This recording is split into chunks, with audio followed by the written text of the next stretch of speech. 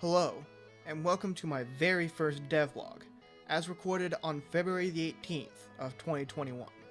This is for Update 0, version 1 of my currently untitled game. First off, thank everyone who downloaded the very first playable of this game, which was version 0, Update 0. You can find that version down in the description below. I did not expect anywhere near as many people to download it as bare bones as it was.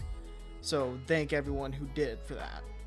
If this version receives that same amount of support as that version did, I might make myself a Patreon to support me while I develop this game, since it's really more of a hobby right now.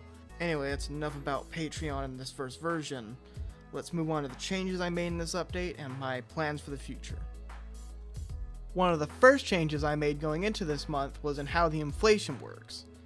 I keep track of an object's amount of inflation through a single float that keeps track of both water and air inflation to keep the code tidy. Water is negative and air is positive with 4 stages to each. -1 down to -4 are water inflation, and 1 through 4 are air inflation.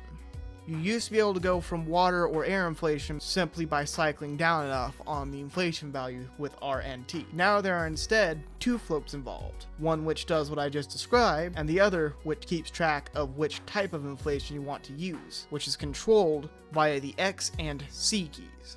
This is done for when I add in more types of inflation, since that would get annoying really quick to have to press the same key 8 times to get to the type of inflation you want. To go along with this change, I have also added in a system that modifies the color of an object determined by its original type and also what type of inflation it has. This way you won't get confused trying to figure out if an object is inflated at all, and if it is inflated, what type of substance is filling it, be that air, water, or helium. Additionally, the UI has been changed to display text when this value is modified, rather than the float number, so you can tell what type of inflation you're actually using.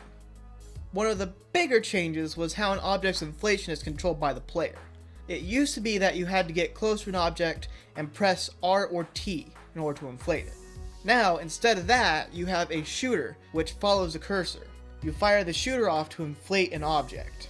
I understand that this method will be a little bit harder for a laptop user to use, so at some point down the line, I'm going to add in an alternate control scheme that will hopefully make it a little easier to use on a laptop.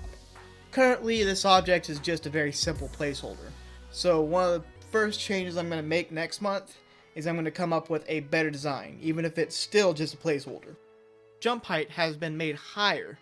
This was done for playability, as I did not like how the old jump height felt.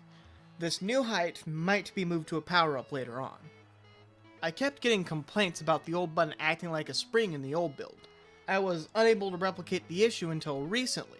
Now that it has showed itself again, the old button has been completely removed, and in its place, a rectangle has been placed.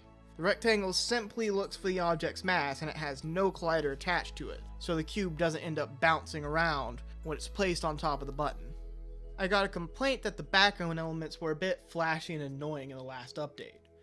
I have since adjusted the animation to be about half as fast, and I have fixed some issues pertaining to the spin cycle that made it look a lot faster than it was really going, due to how Blender handles 180-degree rotation. Moving on to planned things, I should make a small disclaimer here. None of this is cemented yet, since I'm doing this on my own time and I'm also still in college. If a feature must be cut, like my intention to make a better placeholder character in this update, to make a release goal, I will do it. Especially this early on. This doesn't mean these goals will vanish entirely, it just means I won't be too beat up about not squeezing everything into one single update. I do not need to be crunching on this right now. With the disclaimer over, let's discuss some things that I have planned for the next update. I want to create a less boring placeholder item for the shooter.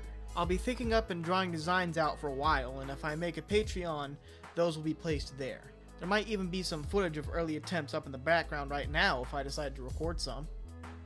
I want to add in an item system so I can start experimenting with that concept some. I'm thinking up power-ups that can be created, such as a long shooter, like a long beam from Metroid, a high jump, a double jump, inflation types, etc., etc. Going along with this, creating a door shooter, a weapon with the express purpose of opening a door.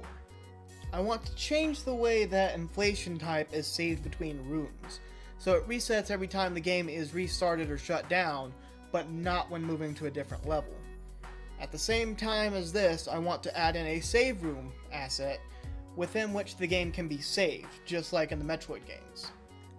I also want to make a few character changes, such as adding in a placeholder for the inflator/gainer character and adding in a system to swap between the two. These are all the updates for version 0 update 1 and the plans for the next update, version 0 update 2. Thank you for your time in watching this devlog, and I hope you all enjoy this update when it releases on February the 26th. Goodbye for now.